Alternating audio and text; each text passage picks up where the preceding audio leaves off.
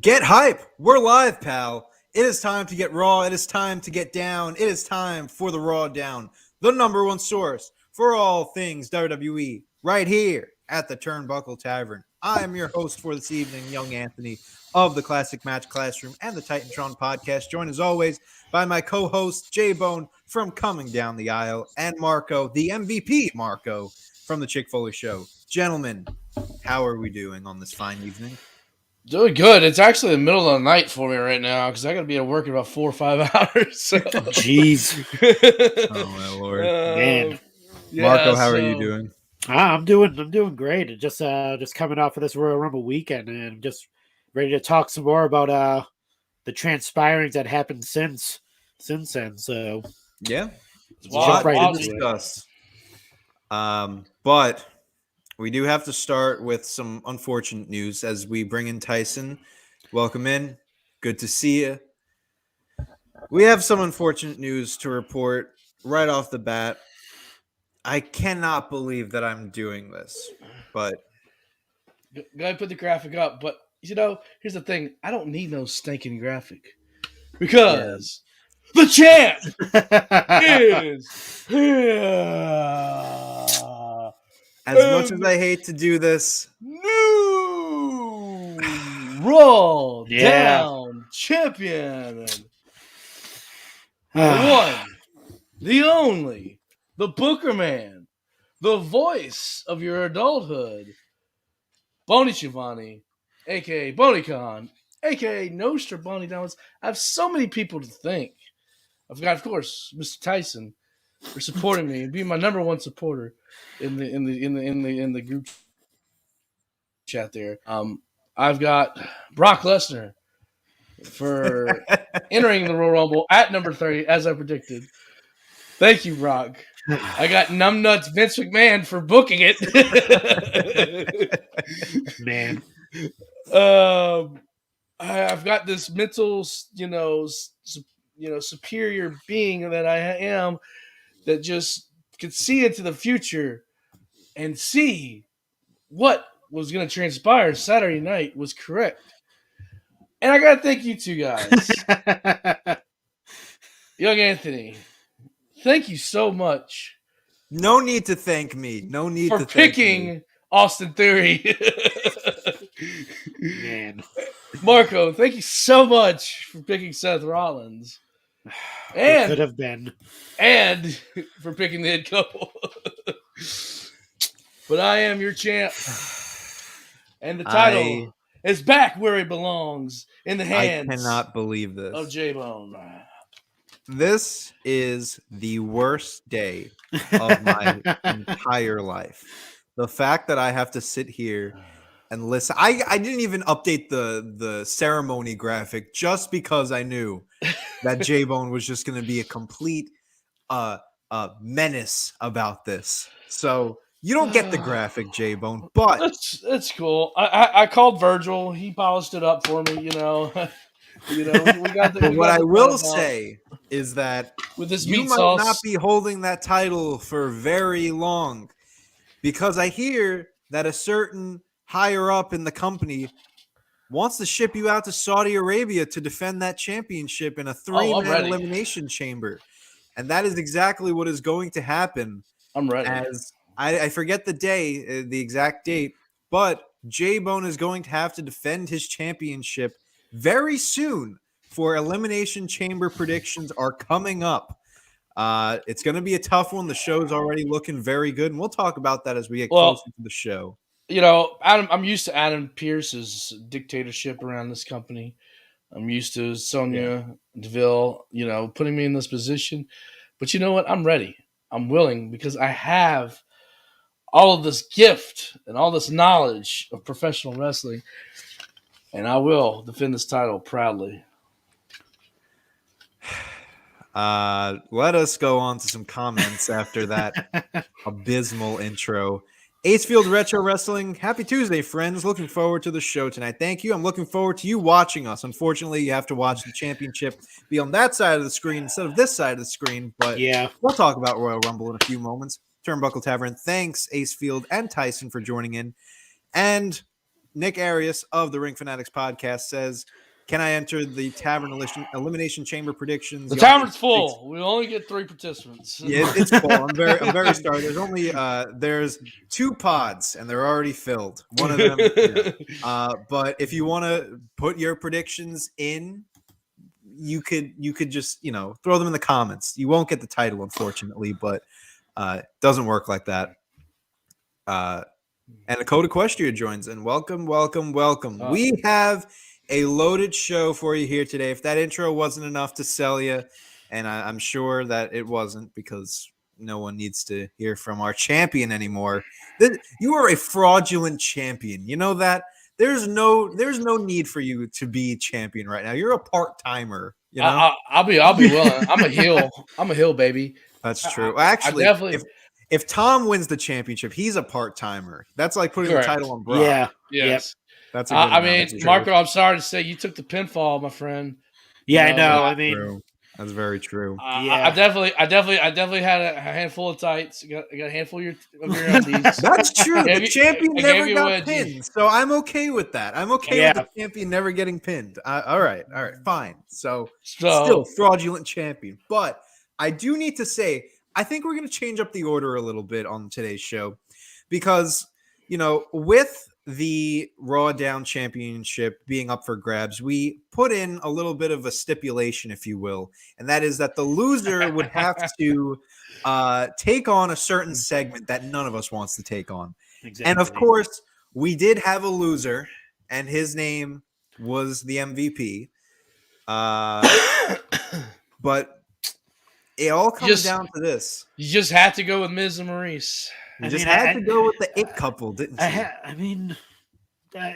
You know what? I have no words. I have no excuse. Hey. I was playing around with it. Thought I was playing freely, and I should have known that there was a title up for grabs. And next time it's I already have my picks. I have my picks already for Elimination Chamber. I'm already training for this Elimination Chamber. Oh, I see. Wow, he's in the gym already training.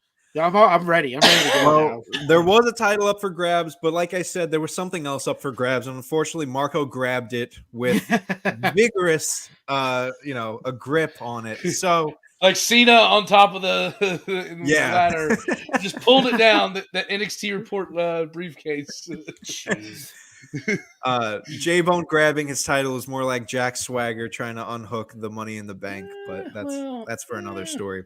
But let's waste no more time. Marco, it is time for your punishment. Down south slanging, rolling with these hustlers, trying to get rid of all you haters and you busters. Down south slanging, rolling with these hustlers, trying to get rid of all you haters and busters. Marco. The NXT report will be given by the MVP Marco until Elimination Chamber. Go ahead. What did you think? Real quick. So since it is for the middle of the night for me, I definitely did not watch. I woke up about 15 minutes ago so I can do this show. Oh, don't worry. Marco watched for us. That's good for us.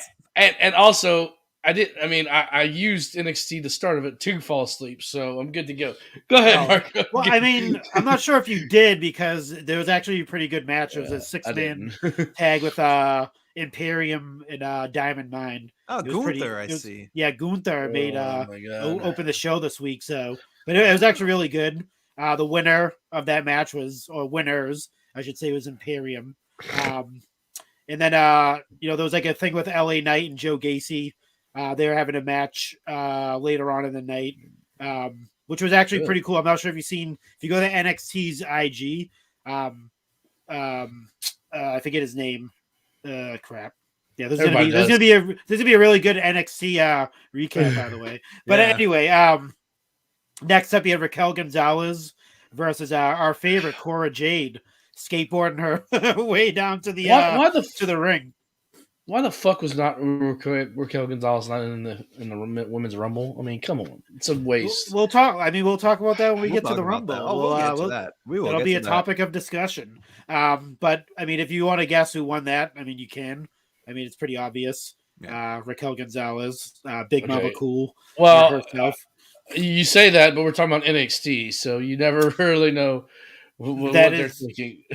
That is very true. And Saray made her return to the ring. I'm sure you guys seen the vignettes if you've been watching. Yeah, how's the new gimmick?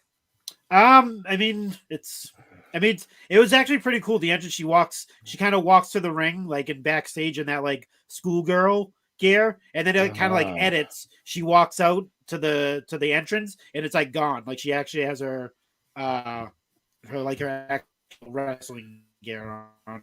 It was a pretty cool entrance, but I mean, she won, so I mean, she can't lose on her return match. We had Braun Breaker and Tommaso Ciampa later on. I didn't get to see the end of the main event, but they were tagging up later on in the night, and Tommaso kind of looked like he was gonna turn heel on him, but I didn't get to see the very end of it. But we'll skip to LA Knight versus Joe Gacy.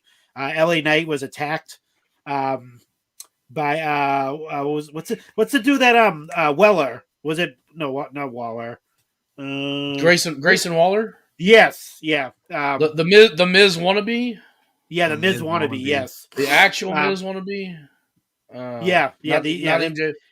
Yeah, he's awful. I mean, this doesn't seem like enough of a punishment. Marco, what was the worst part of NXT tonight? And please go into detail about how bad. I'm actually at the worst part right now. Oh, go right ahead. That is Amari Miller versus Wendy Chu. Who?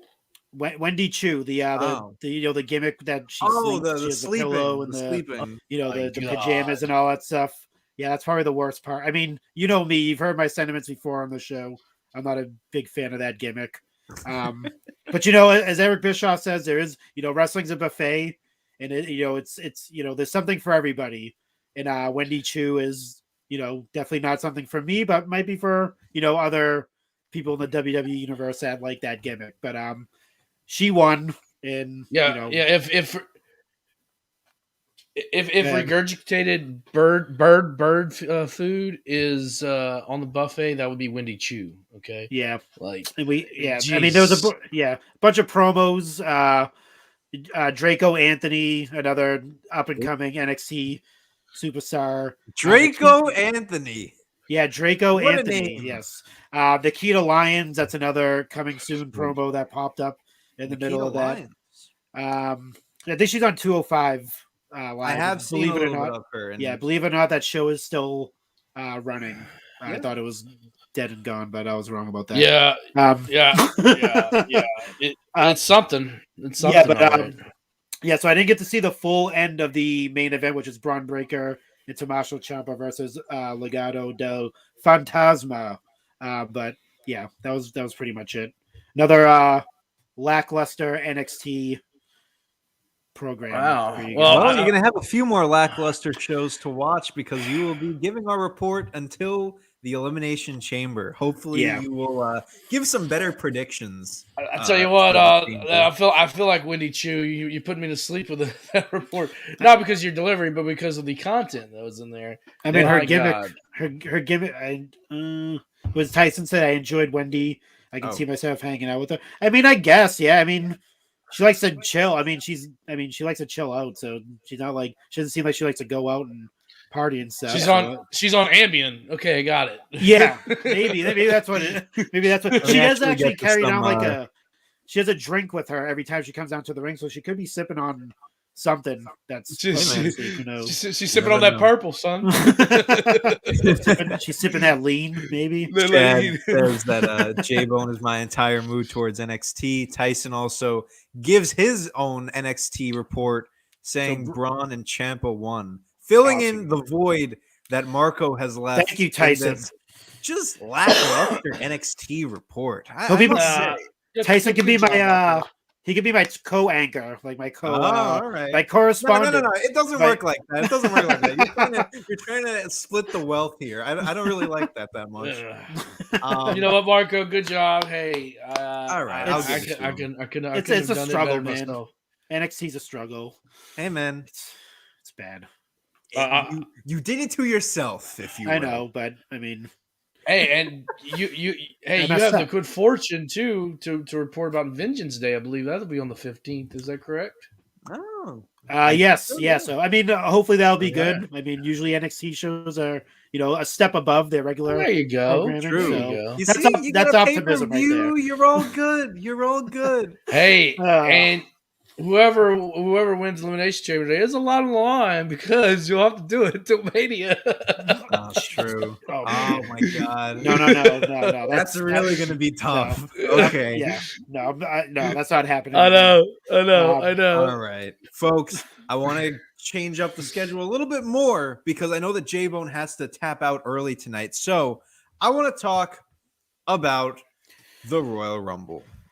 We had an interesting show, to say the least. Roman Reigns retained his title, although Seth Rollins got the win. New WWE champion and Bobby Lashley. A Becky Lynch match that was on fire, if I must say. Pun intended. The WrestleMania sign was on fire. I was like, I mean, it was decent. I was going to say no one was paying attention, especially Vince, because he was trying to figure out how he was going to muster up $100,000 for a new WrestleMania sign. Yeah. But of course, everyone is talking about the men's Royal Rumble match. I'll start it off. It sucked. It was awful. It was not good. JBone, of course, loved the match because it got him this championship. Yeah, so. Buzz, your Rumble Wolf, like gee whiz. But I want to send it to you guys. I hated this Rumble. I thought it was very predictable. I thought it was very boring. And I thought it was filled with tag team mid-card jobbers that no one cared about until the very end. Yep. Let's send it over to our champion, JBone. What was your thoughts on what would you grade the Royal Rumble men's match? D-. Oof. I mean, I would agree. Yeah. It was just very, very lackluster. I mean, you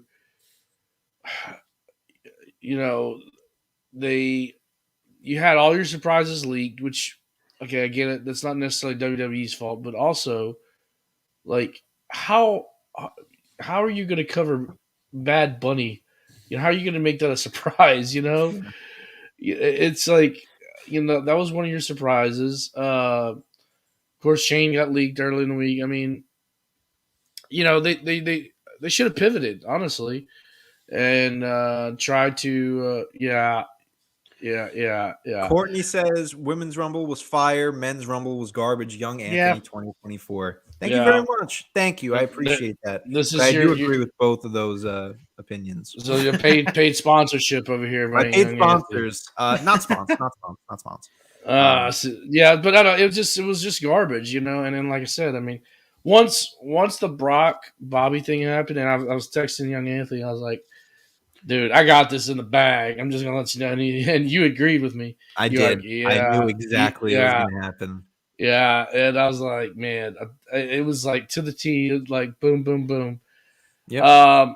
They could have definitely, you could have definitely taken some of those folks out. Where was Finn Balor? Where was Cesaro? Yeah, that was actually going to be my next point. Was even Tyson says no NXT, no Finn Balor, no Cesaro.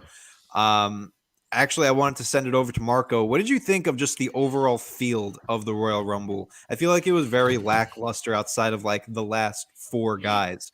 Do you feel like that hurt it a lot? Or because my whole thing is that I felt like there wasn't a lot of storytelling. Nothing was set for WrestleMania outside of the winner.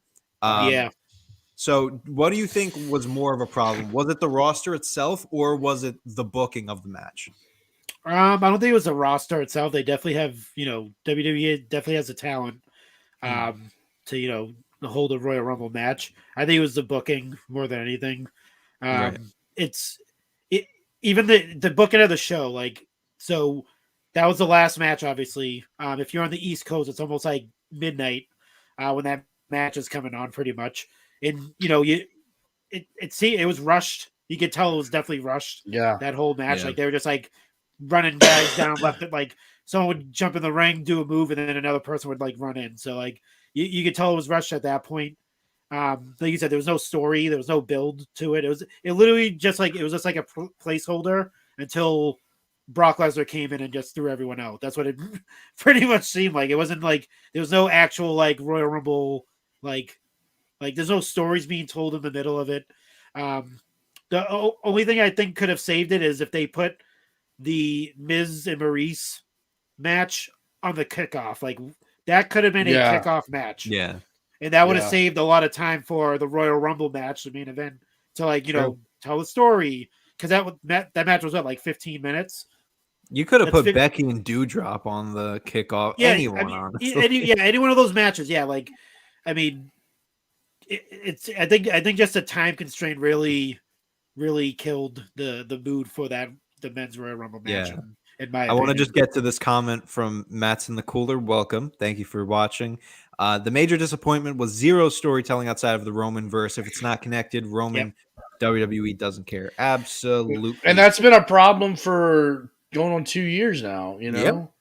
I mean, I understand building your company around Roman. Like, I have no problem with that. He's a great guy to have right now. But the fact of the matter is, if you have a full 30-man roster and you can't tell me that you can't book one match or hint at one match, listen, AJ Styles gets eliminated by Riddick Moss. There's no Dom and Ray storyline. There's no RK Bro storyline. Yeah. Brock Lesnar dumps out everyone just easily. Just Riddle, boom. Randy Orton, boom. No storytelling. Right. I couldn't even tell you anything else that happened because everything else was forgettable. And I understand to the point of like storytelling, and I agree that no stories were told. But at the same time, when you're throwing guys in like Chad Gable and like Rick Boogs, and sure, I love Chad Gable, he's great, but like he doesn't fit in. Why don't you take your 30 guys that you can tell somewhat of a story with and keep them together so that you're building to WrestleMania? You have 2 nights of WrestleMania that you have to book, and there is no inkling of a plan outside of Brock and Roman, and Ronda's going to face somebody. That's all right now. And the Rumble helped nothing with that. There was nothing, even bringing out Shane McMahon. Austin Theory was long gone, eliminated. You could have set up something with them. I don't know. I didn't like that there was such a lack of storytelling. No. We have other comments here. Coda Crestria says, when fans don't care, you get this, no excuses.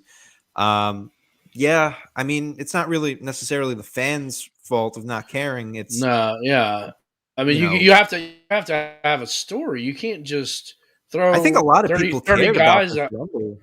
If you're a fan, you can't go 30 minutes and just 30 minutes out there and expect I mean, like give me, why did he go in there? Is it just because we brought. We're having some technical difficulties with JBone a little bit. Your quality was messing up there. Guessing 1, 2, 3. All right, well, y'all keep rolling. Keep going. Okay, I'm good. I think you're good. We're having some on-air technical difficulties. Yes, got that Shockmaster network going. Yes, yeah. So, just give me some story about why was Brock number 30? Like last week, I kind of talked about, you show a Happy Corbin or Sami Zayn attacked, and then Brock enters. Like, give me something. Why did Brock just automatically get the the 30th spot? In case of emergency. That's what it is. Break glass in case of emergency. Brock, get out there. Yeah, exactly. I mean, at some point, you just got to stop, I mean, because Brock is 46 years old, and he's not going to be around much longer. Yeah, and that's true. You could have easily, and I know we're going to talk about this, but you could have easily panned to a Riddle, winning the Rumble. He could have been the one to face Bobby in in Saudi Arabia or Mania, whatever, and face somebody, for it. Maybe Riddle cash in early on it. I don't know, something. Well, here was my booking, and this is where I thought that they were going to go once Brock came in. If I'm booking the final 3 men or even the final 4 men, it should have been Brock, Riddle, Orton, and Drew, which I'm pretty sure it was. Shane was in the final 4. Shane was in the final 4. So then in that case, still Brock, Drew, Riddle, and Orton. Right. Brock and Drew have a really good face-off for about 2 minutes, and then Brock eliminates Drew. And then you have Brock versus RK Bro. They tag team against him. Brock overpowers them. Brock throws out Orton. And then you just see Riddle get this face of rage because he loves Randy. He's obsessed with him. He gets this face of rage to the point that he just literally just shaking in anger, runs up to Brock and just flings him over the top rope. Riddle wins the Rumble. That leads to Orton being okay, this guy is starting to think that he's better than me. And you're starting to see that throughout the weeks that the chemistry isn't there anymore. Mm-hmm. So Randy wins the WWE title at Elimination Chamber, which sets up Riddle and Orton for Mania for the title. That's what I would have done, because then that also allows you to still do Brock versus Roman at Mania. It doesn't need the Rumble winner. Right, obviously, that match was going to happen. Yep. We needed that match to happen because it was fucking planned for day one. He's 100% earned a title match. Agreed. Oh my God, it makes no sense. Why would you give him the Rumble when you could have set up another fucking storyline? Which makes me think that the whole COVID thing was a work, with Roman having COVID. Let's extend this out further, I don't know if it was a work, but I think this is just their plan of getting back to that spot. As Matt's in the cooler says, the Rumble went 51 minutes, super short, and the Iron Man was AJ at 29 minutes. Nice stats, Matt. I can't believe that AJ did the Shawn Michaels pose, and then he gets thrown out after a half hour. That's pretty badass. I just think that's funny. Yeah. And then Code Equestria says if it doesn't lead to the title unification, it's for nothing. So this is actually one more point I wanted to bring up until we move on from the Rumble, because I figured the men's Rumble was the only really thing that was worth talking about. Unless we want to talk about the women's Rumble, which is up to you guys. But I wanted to bring this up. So now we're at the point where Brock obviously is facing Roman at Mania. Brock is going to face for the WWE title Elimination Chamber. Is the title unification still in the realm of possibility? JBone says no. Marco says yes. So I want to hear from Marco. Yeah, because why would they bring that back up into the stratosphere? If you watch Monday Night Raw, he came out and challenged Bobby Lashley because he said he wants to have that main event at Mania to be a title for title match. So I thought they completely nixed that idea when he came out and said that on that SmackDown.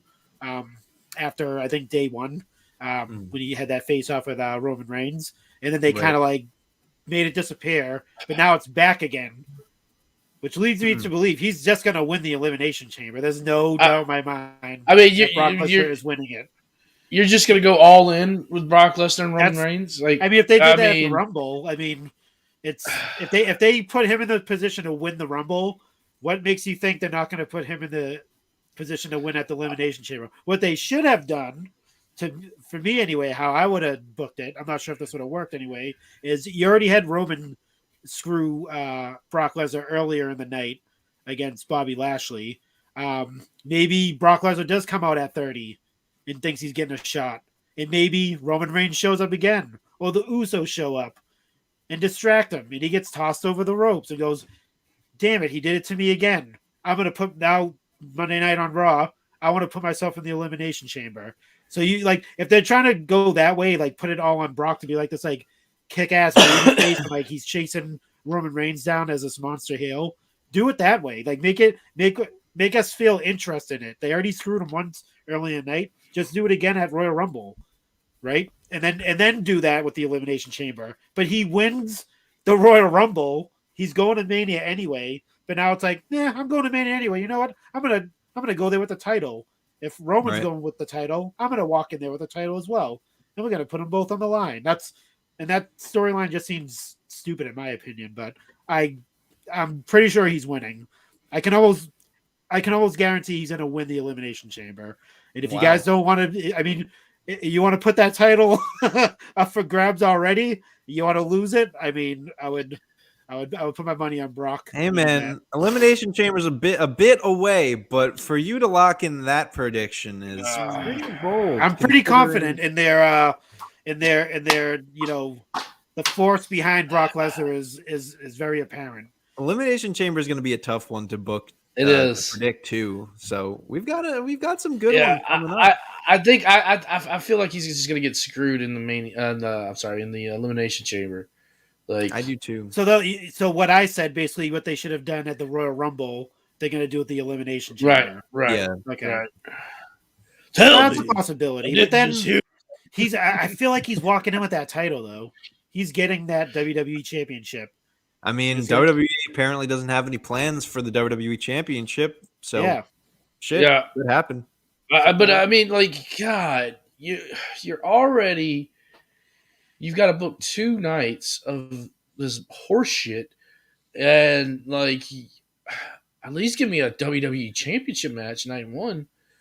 Like, come on, like, I mean, what are you gonna do? Like, you're just gonna have all these guys on Raw in the rat race, trying to grab the brass ring, pal, and like. Then you got Roman and Brock over here, who are not going to be in the company within the next 3 to 5 years. Let's face it. They're going to be done soon, soonish, anyways. Yeah. It's like, come on, folks, like, open up your damn eyes. I'll give you something too. Then this little teaser this week. I'm not sure if he's still here. Acefield Retro. He he's going to be on my show this week, but he mentioned something during our interview. Macho Man Randy Savage wasn't allowed to wrestle back in, 93, 94 at the age of 42 years old, but we're going to have Brock Lesnar at 46, and Roman Reigns is a lot younger than him as well, but we're going to have people that are around that age to be featured, and we don't give a damn about everybody else.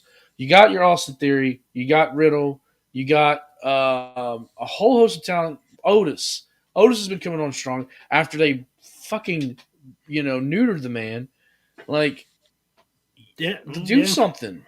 Damian Priest. You have him as Damian well. Priest. Man, he completely got handcuffed in that Rumble. Like, they embarrassed him. That was bad. Very bad. Yeah, even Austin Theory. I thought Austin Theory would have had more of a showing. Yeah, and he just sat in the corner, tossed out like it was nothing.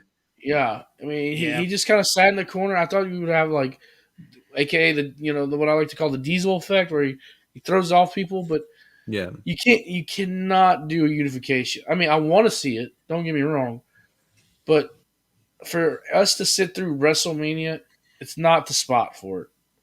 Yeah, and I can't see it. Turnbuckle Tavern Chad himself says unification match for the Undisputed Championship only works if they end the brand split, which I hope they would. Then have the Undisputed Champion float and make the US and IC title actually matter again. Yep, that's what we have been saying for the longest time is end the brand split. I will say I can see the end of the brand split, or at least a title unification match, with the fact that they mentioned that Ronda is going to be main eventing a night, which I would assume was night 1. So it wouldn't necessarily, I guess it would put them in a weird position to, have to put the Universal Championship in the main event and not have the WWE Championship, which, again, I doubt they would really care. But if they did care and they wanted to go all in, then having a Undisputed Championship match in the main event kind of makes sense. I would love to see it. I don't think it's going to happen. I think Brock and Roman for the Universal title is enough. But I have other plans for the WWE Championship, and you'll hear that on my Elimination Chamber prediction. Oh, here we go. But we're rounding out this Rumble talk. Just real quick, Women's Royal Rumble I thought was probably the best match on the night that I could think of. Fun. you know. Yeah. And I know this is really more talk for Raw versus SmackDown, but Ronda's your Rumble winner. Is the choice to go with Becky? I don't know. I don't know. That's what I'm saying. Ronda versus Charlotte, I feel like, is the match. Yeah. I don't know. And you know what? Let me even throw in one of these. Hot takes here. Get your hot takes here. I don't know. I just feel like Ronda versus Charlotte, for me right now, is what could sell a wrestle. Because I have to think of it like this is going to main event night 1. But it should be the equivalent of if it were to main event night 2. For me, maybe this is the hot take. Ronda versus Becky doesn't fill out AT&T Stadium. Ronda versus Charlotte. That is a hot take. Ronda versus Charlotte has a much better chance of doing I don't that. think so. I think you're wrong on that. Really? I think because we've seen Ronda and Charlotte. It was a bullshit finish. But does the casual fan know Becky Lynch more than Charlotte Flair? That's what comes to Mania. Oh, absolutely. Absolutely. Flair. But you don't think they're going to milk the name Flair every time that they promote this match? Hit the hot take button. Okay. Yeah. Hot takes here. Get your hot takes here. Now, as of now, my thought, this could change with my picks. Okay. I don't think Becky's is champ going into Mania. Really? I think Lita's going to be champ. Huh. You're going to be Saudi Arabia. You lose your title there unless you're Roman Reigns. Yeah, that's true. The- Who the fuck does she go against then at the Mania? prince, Wow. the prince, is going to be. Oh no, I want Lita. Let me see the thong. I want the thong. Will you stop? Who would Lita face? Would they run it back at Mania or something like that? Though? Maybe Like, either run it back or just do a triple threat. Lita versus Trish. So- Come on. I'm not sure if you want to hit the hot take button again. Ah, Hot takes here. Get your hot takes here. 3 in a row. Come on. Yeah, Becky Lynch is not a good wrestler at all whatsoever. I love it. I love it. She isn't.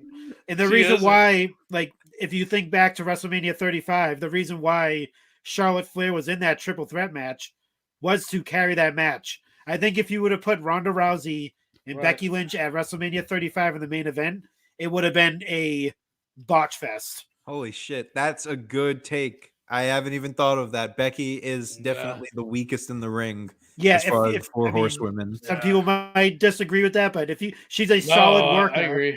But she is not like watch her watch that Dewdrop match. Dewdrop was the veteran in that match to me. Yeah. If you watch like the move, like how everything was like performed, like the move set, anyone that's in the ring to me, this is like I'm digging even deeper. Anyone that's in the ring with Becky Lynch is kind of like the veteran in that sense where I don't think Becky Lynch can carry a match essentially.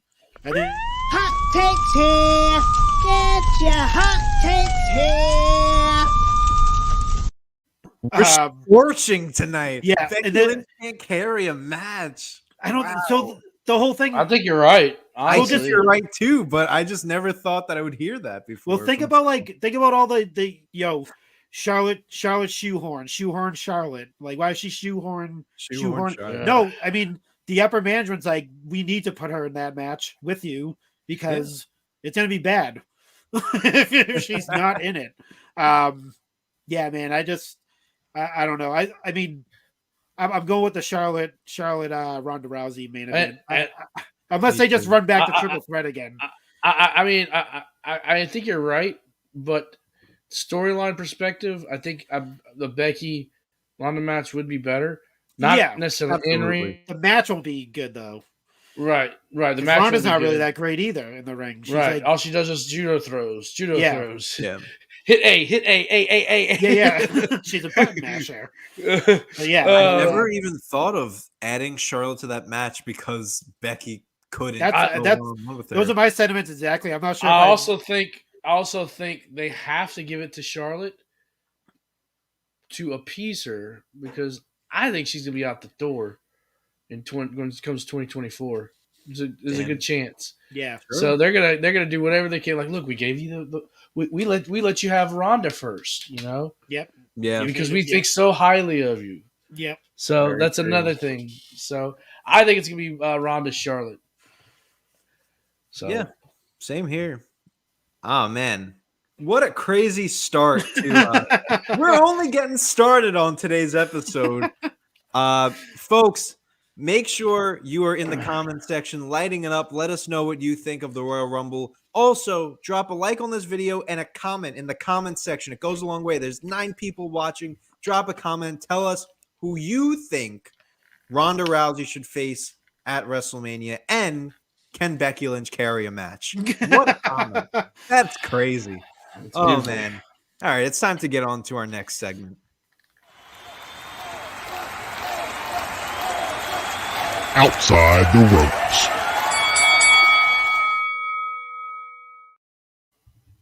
All righty, folks. It's time to move on to our next segment, Outside the Ropes. As we have another comment coming in here. Spamming it like a low-kick Mortal That's Kombat, good. baby. Come on now. All right. So we got news about Jeff Hardy, my favorite wrestler, or my second favorite wrestler. Jeff Hardy was recently talked about by Matt Hardy. What was it, on his Twitch stream or something? I don't know. But he recently said that the drug test that the WWE did on him came back as negative. Beautiful. Yeah, all And- negative. Hey, Um, fuck everybody that don't say that. Oh, he wants a junkie, always a junkie. Go fuck yourselves, Yeah. everybody. This, as he said, was just a plan to get out of his contract because he was not happy in WWE. I love it. We A even work. got news that WWE tried to offer him a Hall of Fame spot, which I would have loved to have seen because I think he deserves to be in the Hall of Fame. Yeah. But Jeff Hardy declined it like an actual boss. Like a fucking G. Yep. Jeff Hardy is the greatest of all time, and I will stand by that. What are our thoughts on all this, Marco? Give us some love. Knowing that it's a war, that was actually he worked the Booker man on that one with the the faking. It's not too hard these days. That is true. Yeah, he skipped school. He pretended he was sick. And, he did his Ferris Bueller, if you kids know what that is. But man. I think they also offered. I think they wanted him to come back for the Rumble or something like that too. I was reading as well. Like they offered him to come back to have a spot, and then he's just like, "No, I'm good." I didn't hear about Jeff, but I know for a fact that both Nia Jax and the Iconics were offered spots in the Royal Rumble, and they said, "Fuck out of here, not gonna happen." I do love what I think too, like pushed him further to definitely pull that and leave was we talked about this on the Chick Foley show. Like, Seth and I talked to this we wanted another Jeff Hardy main event run. And before he left, and it looked like it was going that way because he one of the Smackdowns, he was like, you know what, I want to go for that Universal Championship. Like he was kind of like putting himself in there. So I think it was supposed to be something like with him, Drew McIntyre, because Drew McIntyre at the time before he left with that injury, it looked like he was going for the Universal title as well. So it was kind of like it seemed like it was going to be like a them two going. They'll do a number one contenders match, blah, blah, blah. And then whoever so-and-so would probably face Roman at Royal Rumble before all that crazy stuff happened. But it seemed like they nixed the whole idea. And needless to say, Seth and I were bummed that it didn't happen because we definitely wanted to see another. Like Jeff Hardy definitely, if there's one veteran in that company besides Randy Orton or Edge, Jeff Hardy's definitely the one that deserves another last run at the title. Absolutely. Besides the Rey Mysterio, obviously he's cemented as a legend or whatever. Right. But a guy like Jeff Hardy, you don't see him, staying in WWE too long. He might, want to go do other things. So while he's there, utilize him. And the fans, Right. He's a fan favorite. No matter what, he can show up now and he'll get the hugest pop ever. They brought back his old music and everything. They had it all set up in motion, and honestly, behind the scenes. I think he was supposed to face Roman at Royal Rumble. Or I think so one. too. Yeah, I think it was One of going to the two. happen. Absolutely. And I think that's also partially why I thought Roman had the COVID stuff was a work, because they are like, okay, we're gonna do all this, but we're gonna actually push the match back. You know, I think he was probably supposed to be there day one. Maybe saw that the writing was on the wall, no pun intended, and and it was like, oh wait, I'm not getting that match. All right, he's like SpongeBob. All right, I'm gonna see y'all. All right, I'm gonna head out.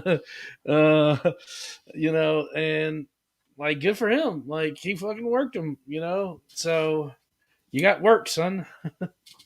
JBone, we saw Jeff Hardy, Nia Jax, and the Iconics all decline positions in the Royal Rumble match. Are you surprised that you're starting to see people decline spots in the Rumble? No, why would you? Like,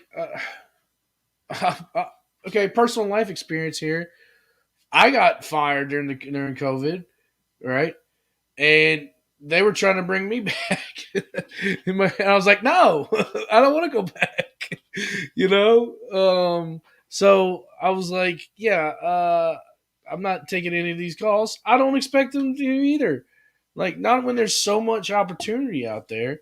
Yeah, You know, I mean, I don't blame it. I guess I'm a little surprised with Nia Jax, because, you know, her family is such rooted in it a little bit, you know, but they did her so dirty. man. You know, I mean, you know, I don't know. You know, if everything she's saying is true, where she was asking for a mental health break or whatever, if that's the truth, man, it's messed up. So no, I'm not surprised. Acefield Retro says Jeff Hardy seemed positioned to be a Rumble favorite early December. Yeah. But I think he was burned by them booking him so poorly during the fall, chasing the 24/7 title. Can't blame him for controlling his narrative. Makes me happy that people give a big FU to the WWE when they're desperate with their services. Marco, I want to ask you one question before we move on to the next topic, and it's the question that's on the screen. What's next for Jeff Hardy in the world of wrestling? Matt Hardy's been talking about him a lot. Do you see him going to AEW? I know we've talked about this before, but now that it's officially, you know, he is just done with WWE, where do you see him going? Yeah, I mean, if anything, you know, obviously taking his time off for a little bit, but I definitely think he's reuniting with Matt. You know, one last run. You know, maybe for the AEW Tag Team Gold. One last run for the Hardy Boys before they. That would be great. It would be great. You know, sing their swan song or swanton bomb. Swan song. All right. Well, speaking of the Royal Rumble, as we get Tyson, which says that Jeff will reunite with his brother in AEW, but let him do his own thing with his music. Totally. Go ahead. No, Go ahead. What were you gonna say? I was. Are we? Do we have anything else in the segment? Or are we good? Oh, we had one thing about the Rumble. Okay, we'll talk about it. I'm sorry, I couldn't remember. So, one last thing about the Rumble before we move on to our final segment. So, a lot of different plans were in play for the Royal Rumble before good old Brock Lesnar, the emergency glass was broke, and the fire alarm was pulled. Riddle was apparently set to win the Rumble out of left field until Brock was a last-minute replacement. But also, Shane McMahon is getting a lot of heat backstage because, to my surprise, he booked this Royal Rumble match. And originally, not originally, but the locker room has a lot of heat with him because he wanted to be in the Final Four. I think you guys were even mentioning that he tried to put Seth in the Final Four. Whole lot of things happening, but now Shane McMahon has some heat. What crazy stuff. Marco, take this one. What are your thoughts on all this? Would you have seen Riddle as a viable Rumble winner? Yeah, I could definitely see him winning the Rumble. I mentioned this on the show. If you listen to it yet. So on the Chick-fil-A show, I mentioned the fact that like he even if he wasn't going to main event Mania, you could definitely just have him have that Royal Rumble moment and winning the Royal Rumble, have him like he would play it up like, I'm going to WrestleMania, I'm taking you, Randy, with me, and all this stuff, like, and then Randy. maybe at the Elimination Chamber he puts his stipulation. There's a stipulation where he puts his like main event like on the line or something, and then he loses it. But I think just giving like the fans the satisfaction of like seeing like someone else besides the normal people win a Royal Rumble would have been like an awesome thing. And obviously, if Seth Rollins showed up, that would have helped my chances in the picks. But unfortunately, you're doing the NXT report, bud. Very sorry. JBone, one last question for you before we let you go. Everything that happened with Shane McMahon, I think, was so interesting because over the last few years, Shane has booked the Royal Rumble, and it's been pretty good. He booked the 2020 Rumble, and that's, to a lot of people, one of the greatest Rumbles of all time. But now we're here that he's in the Rumble, booking himself. It wasn't a good situation overall. How much of the match do you blame Shane on for this being a complete failure? I mean, if he did book it, we got to address that. I mean, if you believe the reports, I don't know if I necessarily believe all the reports, but but if he did book it, I mean, you got to blame him. Whoever booked it, it could have been old Doot himself. He could have had his hand in it. Pritchard could have had his hand in it. You never know. But I guess he's not really booked. I don't know what Bruce Pritchard does over there. That's. I don't know how much you can really blame if that is him, but I tell you what, if it is, I mean, like, hello, Kevin Nash 2.0, like, gee whiz, like, all right, so big bang boom, we're gonna do this, and new guy, you're out. I'm gonna throw you out myself. Oh my goodness! I mean, he eliminated Kevin Owens, like. Jeez, like is KO thinking like, man, why did I resign? Rumble was very interesting. Just wanted to play this clip real quick because I just found out about this news. You're fired. You're fired. I'm sorry, you're fired. Get out of here. You're fired. I suppose you're fired. How the hell are you gonna get fired on your day off? You're fired. I'm not sure to who this is news. I don't know if we know this yet, but Brian Kendrick recently asked for his release, and it was granted.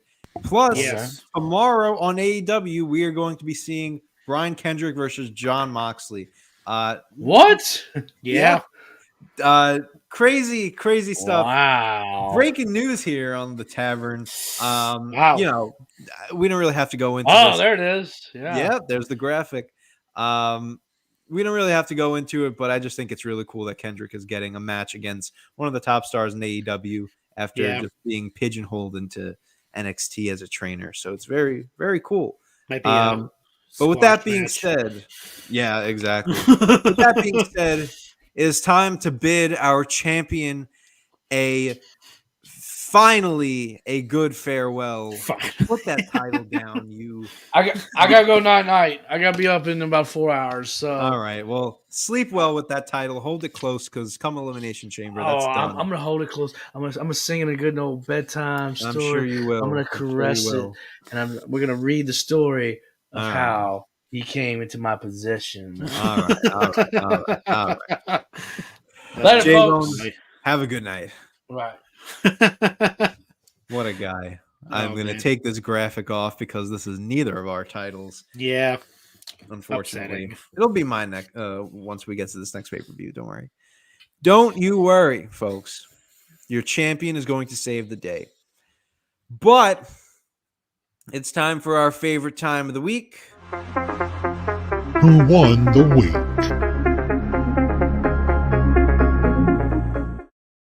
Was it Raw? It's got to be Raw. It's Raw because they've had their highest ratings since I think August of last year. Really? I was reading. Yeah. That's that Brock and Ronda effect. Brock and I mean, as much as we complain about Brock, and not so much Ronda, but I mean, they draw, man. Yeah. Well, I also read a stat. I'm not sure if this is exactly correct, but Raw started their first hour at a 2, and they dropped to about a 1.6, which might be their lowest drop or their highest drop in history or recent history. I'm not sure how correct that is, but that's also something to keep note of, which I'm not surprised by. Like, the ratings will always drop, but like that much. Yeah, that's a huge dive. Yeah, especially with Ronda not being on the show until the end. I figured it would kind of stay stagnant. I mean, and even that, if you've watched that segment, I watched it back a few times already. Yeah. Not the most entertaining. No, definitely not. Pretty awkward.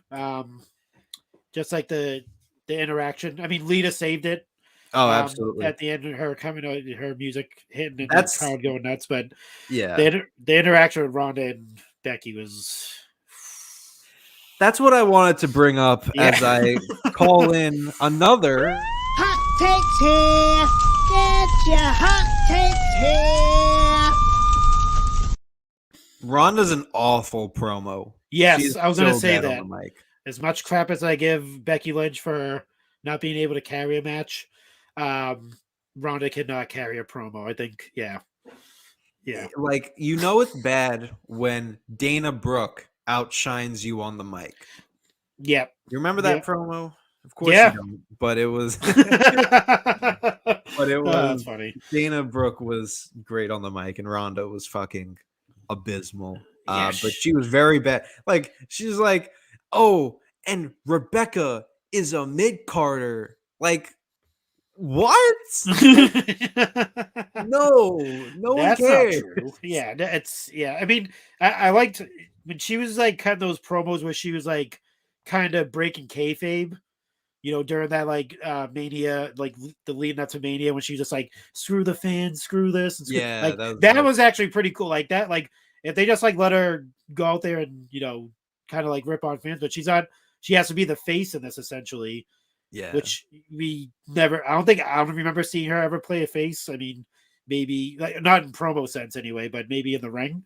But and then you put her across from Becky Lynch, which is, I mean, she's definitely better on the mic than Ronda Rousey.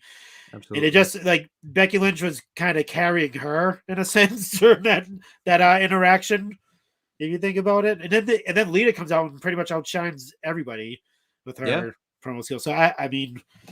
Yeah, I don't know. I'm with you on that, though. Ronda is not a good. They're piping in noise. Did you see that? There's like a video floating around. That was so bad. You can have to get better with fading that in a little more. Oh, it's so that bad. crowd was dead. Yeah, absolutely. You had a lot of different matches happening on the show, especially when it comes to the Elimination Chamber qualifying matches. Which I was happy to see. AJ Styles and Randy Orton. AJ Styles and Rey Mysterio. Austin Theory versus Kevin Owens, and Otis versus Matt Riddle. Were you happy to see these qualifying matches? I feel like it adds some validation to the Elimination Chamber. Yeah, definitely. I mean, Kevin Owens kind of joked about it during his the KO show, and he was like, "Oh, you just put yourself in a match. I didn't know that was a thing. I have to qualify for my match." So, like, it is so like I do like the fact like when they do those type of matches, like the qualifying matches, as opposed to here's your opponents for Bobby Lashley. Like they should definitely have a storyline or something that gets you pumped as a fan. Like, all right, who are we gonna see? Like the match with AJ Styles and Rey Mysterio was like phenomenal. Pun intended, absolutely. But it was great. I mean, obviously the two veterans. I mean, I don't even remember the last time I seen them actually wrestle each other. I'm not sure if that was like how many. I mean, I can't count on how many times on my hand that they face each other. That match was amazing. Yeah. I mean, all the qualifying matches are awesome. I would definitely like to see Seth Rollins in a qualifying match against somebody at least. Yeah. But obviously he's already in the match. But I mean, I guess it makes sense that Rollins is in there simply due to the fact that he was screwed out of the Universal match. So yeah, I guess it makes sense, but still, I Yeah. would have liked to see a little qualifier. But a lot of good stuff on Raw. Not that much like bad stuff. Even my favorite Rhea Ripley and Nikki Cross. Like even that wasn't too bad, but it was No, it just wasn't. it was there. You had a lot of filler, but that's what you get. But the filler wasn't bad, No, it wasn't. Not at all. No. so it was pretty good. Yeah. Usually the Raw's coming off of a premium live event, No, not pay-per-view anymore. Christ. They're usually good. The ones that are coming out of those events totally. are actually good. The ones going in, not so much now. The go-home shows haven't been the best, especially on SmackDown. And then you had SmackDown, which was a go-home show to Royal Rumble. Sasha Banks returns. Sheamus and Ridge Holland defeats Ricochet and Cesaro. Naomi defeats Sonya Deville, finally having their match. Shinsuke and Boogs defeat Jinder and Shanky.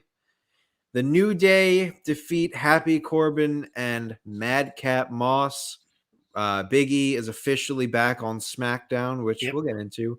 And Seth freaking Rollins gets inside Roman Reigns' head before the Royal Rumble. So let's start off with the first segment. Sasha Banks making her return. She's actually someone that we did not talk about because we didn't really touch into the Women's Royal Rumble, but she got eliminated 10 minutes, 15 minutes, if that? Yeah. What are your thoughts on that? By Queen Zelina, which I guarantee doesn't set up anything. No, definitely not. What are your thoughts? Yeah, as soon as I seen her as number one, I was like, she's not going to last that long. And I thought I don't think we mentioned her because maybe she had that injury at that house show, but then there wasn't really any news on if she was going to be back in time or not back in time. So I think we kind of skipped over her. No Bailey. That was the other thing we didn't talk about. True, no Bailey appearance at all. But yeah, I mean, I can only think that they're setting something. I mean, they might be setting something up for Queen Zelina and just to spice it up a bit. But I mean, I don't want to see it personally. But no, me neither. The only other thing I can think of is obviously she's on the Mandalorian and she's kind of like a big deal now. I mean, she's part of the Star Wars universe as well as the WWE universe. So her time is being spread thin there. So I mean, that's the only thing I can think of. That's why she got eliminated pretty quickly. Big E is officially back on SmackDown, which was very surprising. Of course, so I'm of the opinion that I thought Big E had a fine WWE Championship run. Yeah. I don't think he needs to be in the WWE title picture at WrestleMania. A lot of people were saying, oh, he's buried. Everyone was saying, wait until the Rumble. Well, he didn't win the Rumble. Yep. Does he need to be in the picture? I say no, because I don't see Big E as a big name for Mania, especially in the world title picture right now. I don't think they built him up enough. Mm-hmm. If you were building up Big E for a year, then maybe I could say, he could be in a WrestleMania match in Dallas. But right now, I can't really see it. And that's not a knock against him. That's just his booking hasn't been as strong. Yeah, he had a great run with the title, but it wasn't. I don't know. What are your thoughts on Big E shifting over to SmackDown, and what do you see his plans being for Mania? Definitely a reuniting with the New Day. Yeah, get all three of those guys back together. Mm-hmm. I mean, hopefully, obviously Xavier Woods is out right now, but getting those three guys back together, and definitely if they're all together, they're all going to be in Mania. In a 6-man tag. I'm not sure against who that will be, but they'll definitely be there. I thought it was kind of a surprise. I read somewhere that it was like a trade, but I'm not sure who they traded Big E for on SmackDown. They probably just threw it out there as we'll just say we traded him for someone else.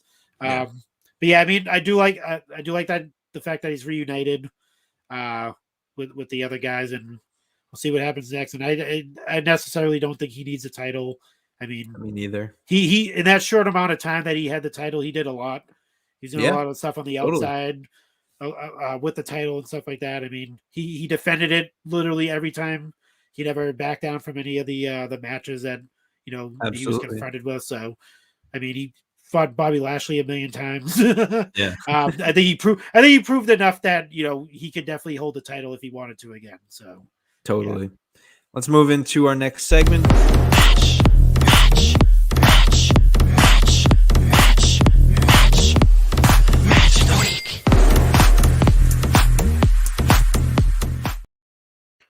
Out of all the sounds that we use, this is probably my favorite. Just the match of the week. I wonder if it was Chad or Sneed that recorded this one, because they do all the voices. They just change the pitch around. I wonder if that was Chad or Sneed. Do they even sing the NXT drop? No, that's the actual song.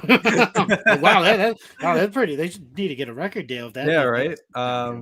Well, hey, man. A lot of great matches happened, especially on the Raw side of things. I'll actually kick us off and say that my match of the week has to go to KO and Austin Theory. I thought they pulled out some really brutal moves. Theory just slamming Owens on the steel steps hurt me watching. And Owens did a lot of cool moves. And I was happy with the Austin Theory result because I do want to see him succeed. Because I think that he has a good future, and so does Vince. Apparently, what was your match of the week, Marco? I might take it to SmackDown. Ooh, right. And this might be surprising because I thought the crowd was really into this match. It did carry along. Naomi and Sonya Deville. Oof. Yeah, I think they told a really good story. I think they didn't really finalize it because what happened at Royal Rumble. Yeah. But yeah, I mean, just from watching, that was one of the matches I actually got to sit down and watch. And the crowd was really into it. It was a pretty long match as well. It was a lot of kickouts. I think they did a really good job of creating that drama. If Naomi, if you ever follow along on social media, you see the give Naomi a chance, and she has a real huge following outside of the WWE universe, obviously in the arena, but on social media and stuff like that. A lot of people always back her and stuff like that. She's definitely she's a 2-time SmackDown Women's Champion. I mean, which a lot of people forget. Yeah, so I mean, I think she proved it there, and like I said, I think they created enough drama in that match where I usually don't like the authority against the those type of storylines, but where it's just them two, they're not bringing in a bunch of other people. There's not a bunch of authority figures after Naomi. It's just Sonya Deville. She still hasn't explained. That's the other thing too. What I'm running, she still hasn't explained why she does not like Naomi at all. She totally avoids the question. She when she's on the kickoff show, totally didn't even say why. She they asked her straight up. Totally nixed that next question type of thing. So it got my curiosity. That's one of those underlying storylines that I like a guilty pleasure storyline within the WWE universe. So what's up, Dominic? Thanks for coming in. Nice. If I'm booking Sonya Deville, now I kind of saw them going this route at the Rumble, but I'm going to be real. I didn't watch SmackDown. But from the way it's looking, they need to go in this direction. Hopefully it is. But they have a really cool gimmick with Sonya that's on the table. Yes. It's the jacket. Yeah. When I have the jacket on, I am I'm an authority figure. They didn't do it to the fullest extent, and they need to go all out with this. Literally, I love it. Every time that Sonya puts on that jacket, if you touch Sonya, you're done.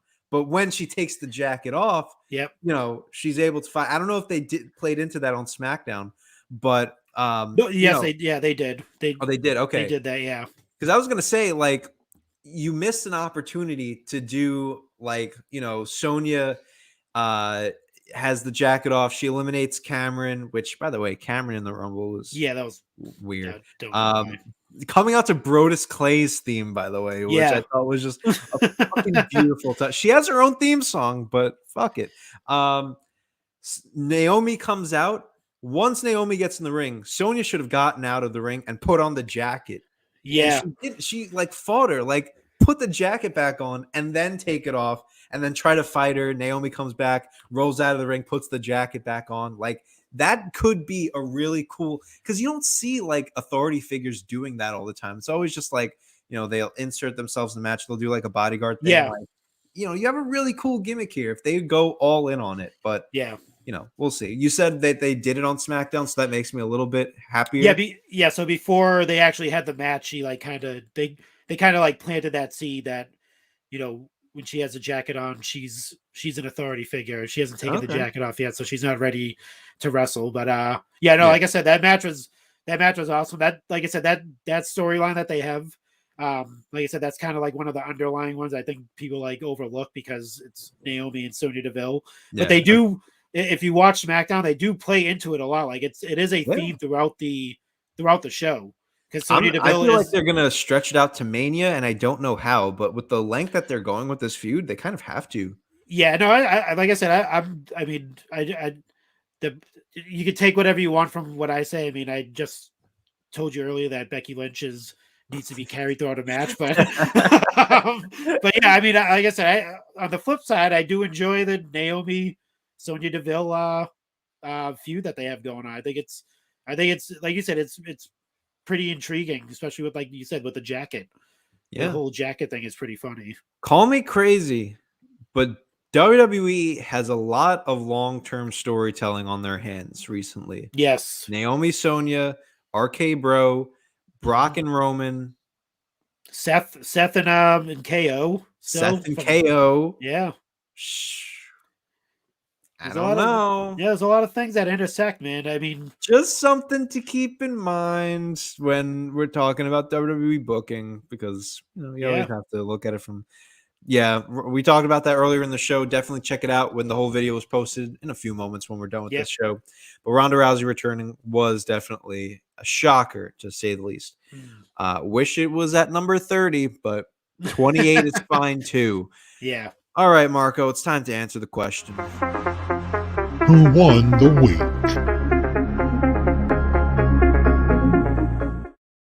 We already kind of answered it, but Raw? Yeah, we'll go with Raw. They definitely had the obviously longer show, more matches, more like higher caliber matches than SmackDown, obviously. But like I said, they're coming off of a premium live event, so they have to come with they have to come with their A game. So yeah, definitely Raw won the week, I think.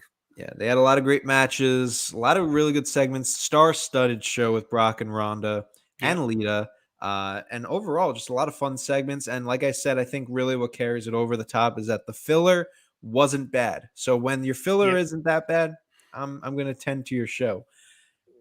Folks, we're done. We're done for tonight's episode. I want to thank you all so much for tuning in. Marco, MVP, NXT Report aficionado, go ahead and plug the Chick Foley show. Oh man, no, it's funny. I used to, on the earlier days of the Chick Foley show, I was the AEW like expert because I would, like, watch all the AEW show, like when it first started and stuff like that. So I was like the AEW aficionado. Oh, the times have changed. Now I'm back. Now I'm going backwards again. Oh, Christ. No, but yeah. So obviously you find me at the MVP Marco on IG and Twitter. Chick Foley Show on Twitter. Follow Sheena on IG as Chick Foley. We have a new show dropped today. We recap Royal Rumble, obviously, talk some figure news. We give you some recommendations as well, some retro recommendations as we call them, and we answer some listener mail. So yeah, definitely check that out. Awesome. And obviously, before anything, the Pod Foundation. Oh yes, all things Pod Foundation. Go to Pod Foundation on IG, and that you'll literally follow along. I mean, it's they're gonna kick your ass if you don't plug that Pod. No, exactly. Yeah, no, it's that one.